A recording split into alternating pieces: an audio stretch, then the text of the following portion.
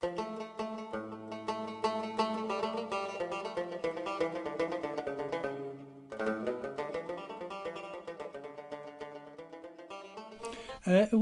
it is indeed a very interesting question because we have so many question marks about the lands of today Algeria in ancient times.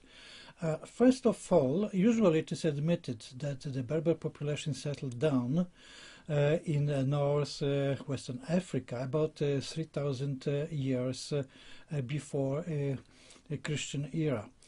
But the study of place names indicate that there was still another group of population with a different language, which completely conventionally we call Zinj, from the Arabic name for Africans. We don't know exactly what kind of population it was, but we discern very strange elements in geographical names in northern Africa that we cannot associate with the Berber language and which definitely are older than that. So that is the open question. If you come to the Berbers, we should remember that the Berbers are close cousins of the Arabs in terms of the language. Anthropologically, it may be completely different, but the language of the Berbers and the language of the Arabs all belong to the same big family of Afro-Asiatic languages. It is a family which is analogous to, let us say, Indo-European languages or Uralo-Altaic languages.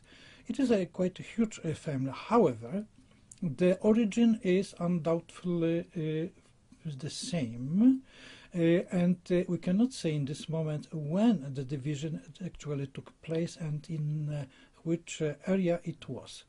It is admitted that probably, as I have told, about 3,000 years before the Christian era, the Berbers settled in northern Africa, because there's evidence coming from historical sources from outside nations and outside records like old Egyptians, Greeks, and others, about such groups of population that can really be traced up to these times, and we can say that they were the ancestors of today Berbers.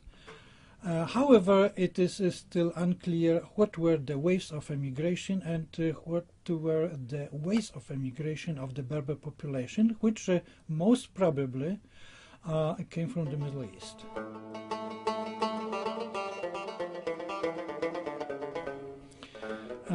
After the Berbers came here, they established various local political organisms, but those organisms never survived longer times. They were very delicate, I would say. However, the colonization of the Phoenicians on North African shores and then the colonization of the Greeks have enforced much more complex political structures in northern Africa, which also influenced the Berber population. The Berbers definitely came into contact with the higher civilizations, more developed than their own, and took examples and became acculturated, what can be seen in the language, but also in their social structure and political organisms they were creating afterwards. Then, many centuries later, the north of Africa was occupied by the Roman Empire, and the impact of the Roman Empire was very strong, including the language, which was implanted in northern Africa to great extent. And until probably the 13th, 14th centuries, the remains of the Roman languages, local dialects, were spoken in northern Africa, as is evidenced by the Arab sources, the Arab written sources from those times. Could you give us examples? Well, it is most probably in southern today Tunisia, that sort of population survived. It was referred to by the Arabic authors as Afariqa, and the not very frequent citations from their language indicate that it was really a Romance language that was still spoken by the local population. Also, if we study the toponymy, it means the geographical names of Northern Africa, we do not only find traces of the Roman linguistic implants, but also the traces of the local indigenous creations in the Romance languages that survived until today times, and they are discerned in the present Arabic place names. So that is a very, very curious and very fascinating field of study that has not given final replies as yet, but it is still an open question. How far was the extent of that Romance influence in Northern Africa and their impact on the local population, how much the Romance languages were adopted by the indigenous, still, if they were spoken, as is indicated by the Arab sources, until the 13th, 14th centuries, it means the impact was really very strong. Much more than any Greek influence or Phoenician influence.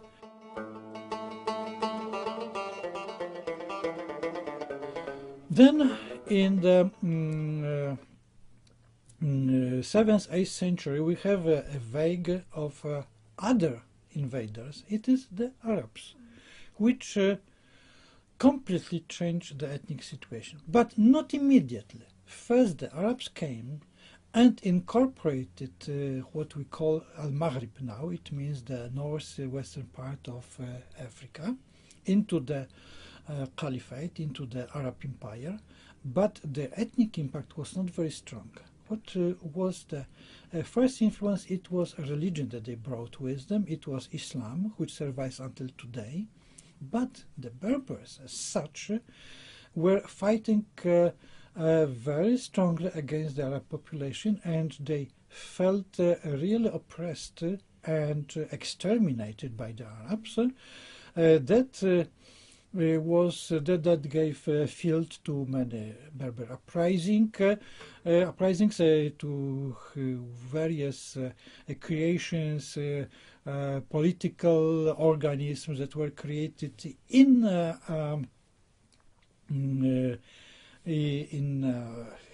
opposition to the Arab state, and that is still a living memory which survives in French and Arabic and Berber literature. In the 11th century, there was another wave of Arab invaders that were the famous Banu Sulaim and Banu Hilal Arab tribes, which came about from Egypt actually, and led to the almost complete Arabization of Northern Africa. However, the Arab culture and the Islamic religion overwhelmingly covered the whole of Northern Africa. Arab language became the only language of cultural communication, political communication, and religious communication. And even those Berbers who wanted to show their own identity, to present their identity to other listeners, to other readers, they had to express it in the terms of Arabic language.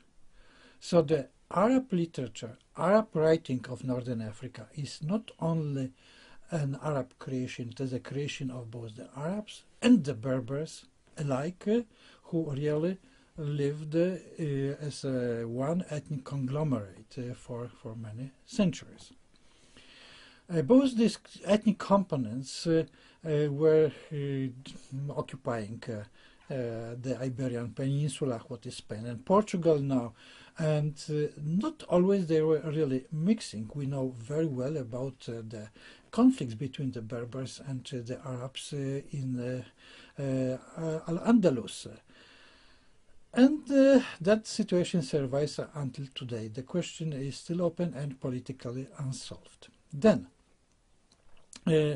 now comes the 16th century, when the northern Africa, at least partly, is occupied by the Ottoman Empire. The local Arab states or Berber states are conquered by the Ottomans, except for Morocco. In this context, it must be underlined that many authors of Morocco or from Poland and from Iran are underlying that if not those three countries, the Ottoman Empire would probably cover the whole of Central Africa, maybe Central Europe and Eastern Europe, also the whole of the Middle East, and also perhaps the whole of Islamic Africa. But Morocco, Poland and Iran independently put a bar on its expansion. However, Algeria was within the fold of the Ottoman Empire, and the Ottomans organized certain administrative units in northern Algeria. In fact, what is now today southern Algeria was never so much impacted because it was mostly independent. The independent Bedouin tribe, the independent Tuareg, it means also Berber tribes, were living there, were not subject to the political domination of the Ottomans. On the contrary, the whole of northern Algeria was really a part of the Ottoman Empire, together with Tunisia and neighboring Libya. That situation lasted until 1830, until the invasion of France and until the final occupation of Algeria in 1847. The occupation, the time of Ottoman Empire ended, and the French in fact confirmed geographically and topographically what earlier the Ottomans created. It means northern Algeria as we know it today. The territory of Algeria was further extended to the south through the expansion of the French colonialism. So now the territory of Algeria is as it is, but we should remember that when we are speaking about elder times, we should rather speak about territory of present Algeria and not about Algeria in ancient times or Algeria in medieval times, because it simply didn't exist at that time as such as it is today.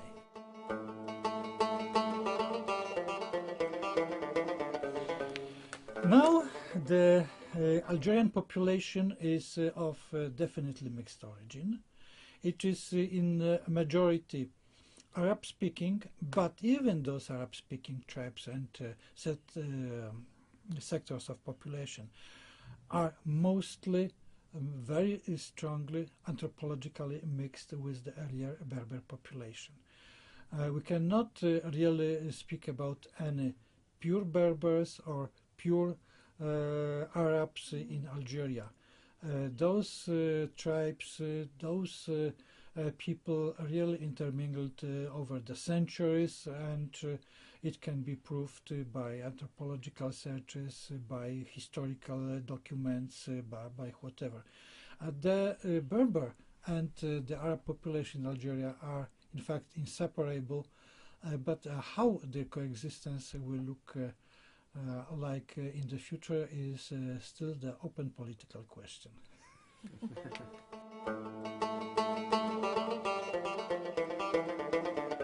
Well, it is definitely the question to which you would be much better placed to reply, but as an observer from outside, I can say that yes, on many occasions I could observe that Algeria is preserving many traditions at a time, and it is not only the Arabic tradition which is preserved.